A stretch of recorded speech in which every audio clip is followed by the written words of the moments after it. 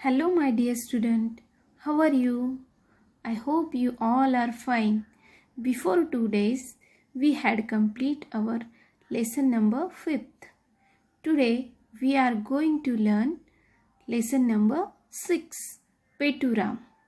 तो आइए ये पेटूराम हमसे क्या कहते हैं देखते हैं. पाठ क्रमांक 6, पेटूराम. पेटूराम यानी कि क्या विद्यार्थियों?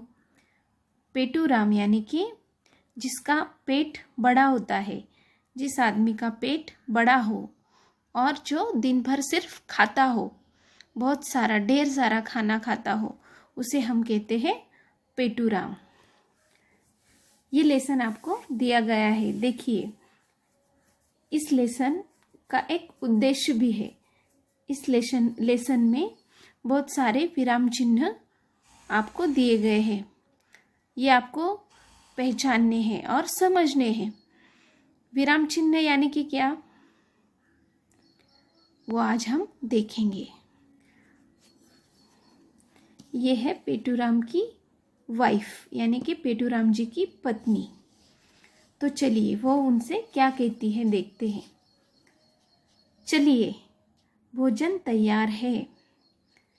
पेटूराम जी की पत्नी कहती है, चलिए भोजन तैयार है, आप भोजन कीजिए. मैं और डैश डैश करके वहाँ पर क्या दिया गया है,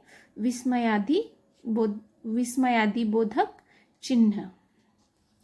फिर देखिए, क्या आप भोजन नहीं करेंगे? आज मेरा उपवास है. उपवास में कुछ तो लेते होंगे? हाँ, थोड़ा बहुत खा लेता हूँ. फिर संकोच कैसा? कृपया बताइए. अंगूर मिलते हैं? हाँ, बहुत मिलते हैं. केवल आधा किलो मंगवा ले और आधा दर्जन केले, 1 किलो सेब और 1 पाव मेवा, 1.25 पाव मिठाई. बस या कुछ और? बस या कुछ और? आधा लीटर दूध और रबड़ी, बस. ठीक. और कोई आज्ञा? नहीं, आज मेरा उपवास है. व्रत के दिन मैं अधिक नहीं खाता. देखिए विद्यार्थियों, हमने ये लेसन ठीक से ध्यान से पढ़ा ही होगा. अब देखते हैं इसका अर्थ. देखिए, चलिए उसके बाद यहाँ पर क्या दिया गया है, अल्प विराम. अल्प विराम यानी कि हम मराठी में उसे स्वल्प विराम भी कहते हैं.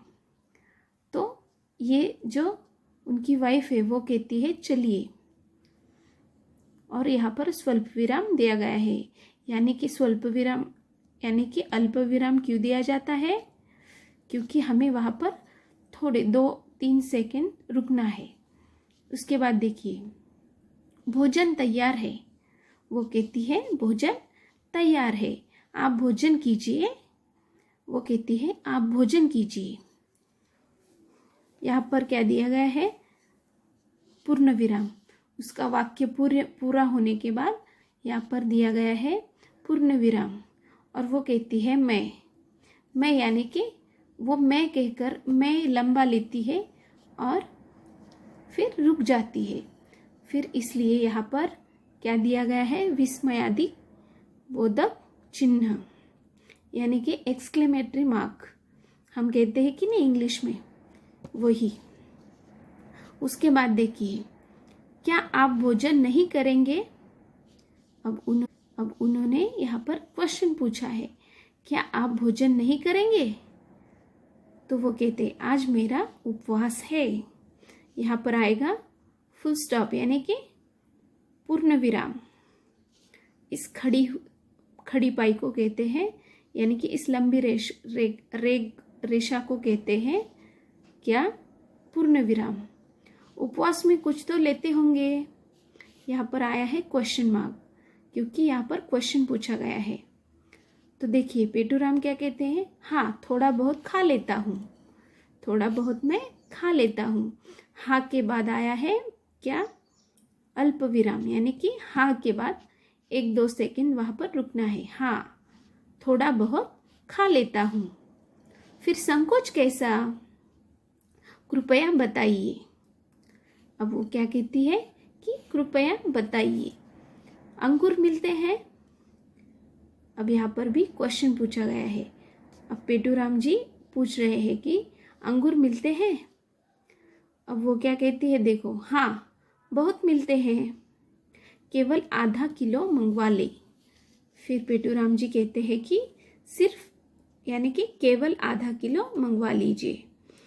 फिर से वो कहती है और आधा दर्जन केले, 1 किलो सेब और 1 पाव मेवा, 1.25 पाव मिठाई, बस या कुछ और, आधा लीटर दूध और रबड़ी, बस ठीक, और कोई आज्ञा।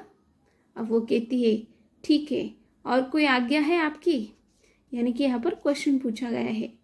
वो कहती है नहीं नहीं, वो पेटूराम जी कहते हैं नहीं नहीं, आज मेरा उपवास है, व्रत के दिन में अधिक नहीं खाता। समझ में आया विद्यार्थियों?